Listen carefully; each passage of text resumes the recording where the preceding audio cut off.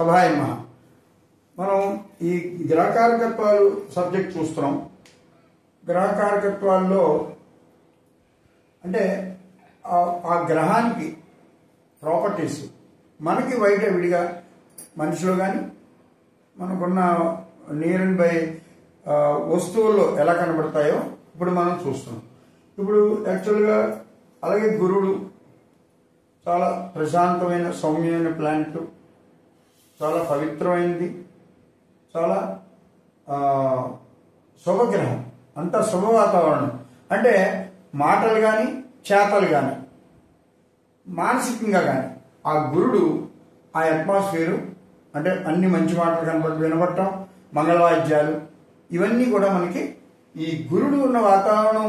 అంటే మీరు ఒక వాతావరణం చూడగానే ఆ రేంజ్ని బట్టి మీరు ఏ ప్లానెట్ అక్కడ ఎఫెక్టివ్గా ఉన్నాడో చెప్పగలవచ్చు. అందుకని నేను ఇవన్నీ అనాలిసి చెప్పేది. నెక్స్ట్ ఇప్పుడు శుక్రుడు కలత్రకారకుడు, ఇక్కడ ఉద్యోగకారకుడు కూడా. ఈయన ఉద్యోగం పౌరోహిత్యం టైప్లో ఎలా ఉంటే ఈయన ఏంటంటే ఒక ఆఫీస్ ఉద్యోగం లాగా ఇలాగా ఉద్యోగ కారకుడు అవుతాడు.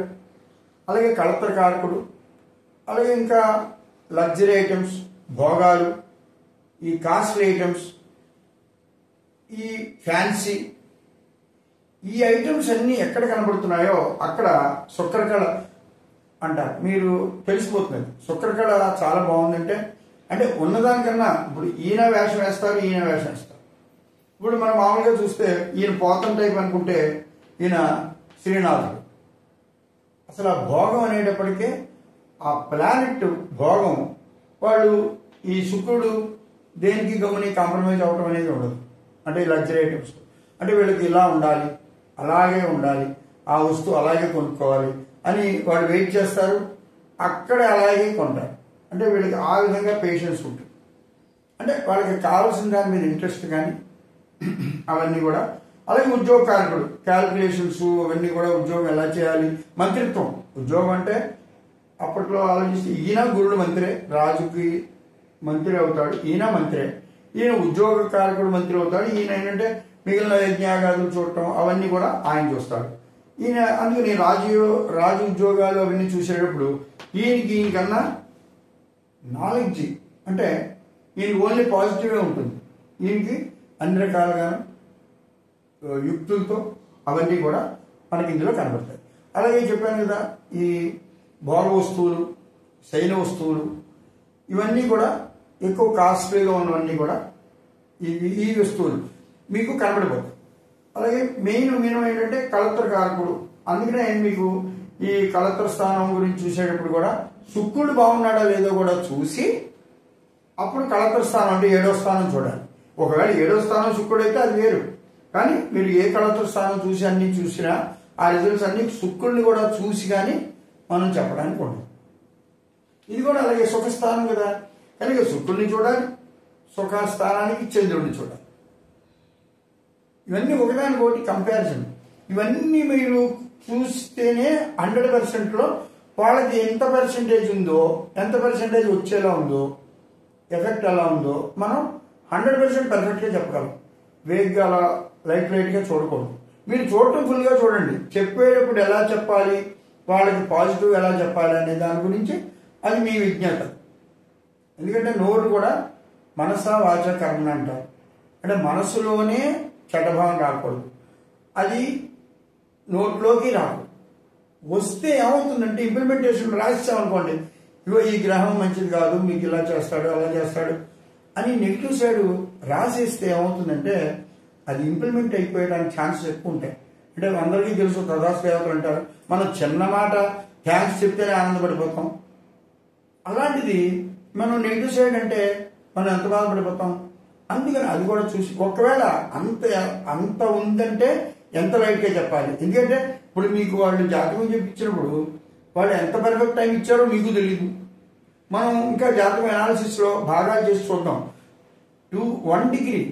1 డిగ్రీ కూడా తెంశాంశ అని కూడా చెప్పాను మీకు. అంటే 30 డిగ్రీల్లో 1 డిగ్రీకే మీకు వాల్యూ ఉన్నప్పుడు అతను ఒక 5 నిమిషాలు తప్పు చెప్పాడు అనుకోండి, మీరు చెప్పే రిజల్ట్స్ నవాంశలు ఎలా అవుతాయి కూడా మీకు చూద్దరు. కానీ అసలు ఒక మనిషి గురించి అనాలిసిస్ ఎలా చెప్పొచ్చో అందులో మీకు తెలుసు. అంచేత మీరు ఆ భావం ఎలా కనబడుతుందో అలా చూసుకోండి. అలాగే బుధుడు అంటే మామూలుగా అయితే కర్మ ఫలితం అని మామూలుగా అందులో ఇస్తారు. అసలు బుధుడు అంటే బుద్ధి, ఈయన జ్ఞానం వేరు, ఇది బుద్ధి వేరు. కొంచెం కంపారిజన్లో ఏంటంటే జ్ఞానం అంటే మీకు చాలా నాలెడ్జ్ ఎక్కువ ఉండొచ్చు, కానీ ఇప్పుడు మామూలుగా కొంతమంది చెప్తుంటారు అది ఇప్పుడు చిన్న బస్సుకి కూడా పక్క ఊరు వెళ్ళలేకపోతాడు ఈ గురుడు అనుకోండి. కానీ బుధుడు నాలెడ్జ్ అలా కాదు, లాజికల్ రీజనింగ్, యాక్చువల్గా వ్యవహార జ్ఞానం అవన్నిటితో పాటు ఉంటాయి. బుధుడు అలాగే క్యాలిక్యులేషన్స్, సైన్స్ కావాలంటే సైన్స్, హెల్త్ అంటే డాక్టర్స్, అది అన్నీ కూడా మనకి బుధుడిలో వస్తాయి. అలాగే కనబడి అలాగే వాణిజ్య కారకుడే బుధుడు, వ్యాపార కారకుడు. సో ఎనీ వ్యాపారం, వాణిజ్యం, ఆడిటింగ్, క్యాలిక్యులేషన్లు ఇవి ఎక్కడున్నాయో అక్కడ బుధుడు ఉన్నట్టే వ్యాపారం జరుగుతోంది అంటే వ్యాపార కేంద్రాలు అంటే ఫస్ట్ బుధుడు చూడాలి. అలాగే న్యాచురల్గా మేషం నుంచి మూడోది బుధుడు స్థానం. మూడోది ఏంటంటే కమ్యూనికేషన్. సో కమ్యూనికేషన్, దగ్గర ప్రయాణాలు అంటే ఒక 500-600 కిలోమీటర్లు ఉన్న ప్రయాణాలు, ఎందుకంటే అది కూడా కమ్యూనికేషన్ మూడులోకి వస్తుంది కదా, దగ్గర నియర్ అండ్ డియర్, ఇవన్నీ కూడా కమ్యూనికేషన్ రంగాలు, ఇవన్నీ కూడా బుధుడు యొక్క కారకత్వాల్లోకి వస్తాయి. మామూలుగా విడిగా అయితే బుద్ధి గురించి అసలు మనిషి కొంచెమైనా నాలెడ్జ్ ఉందా అంటే మినిమం చూడండి, కామన్ సెన్స్ అనే టైపులో వాడతారు. అసలు మినిమం నాలెడ్జ్ ఉందంటే అది బుధుడు ఉంటేనే వస్తుంది. మినిమం ఈ నాలెడ్జ్ ఏ రేంజ్ ఎంతవరకు పెడుతుంది, అది ఎంతవరకు వ్యాపారంలో పెడుతుంది అనేది మీకు చూడండి.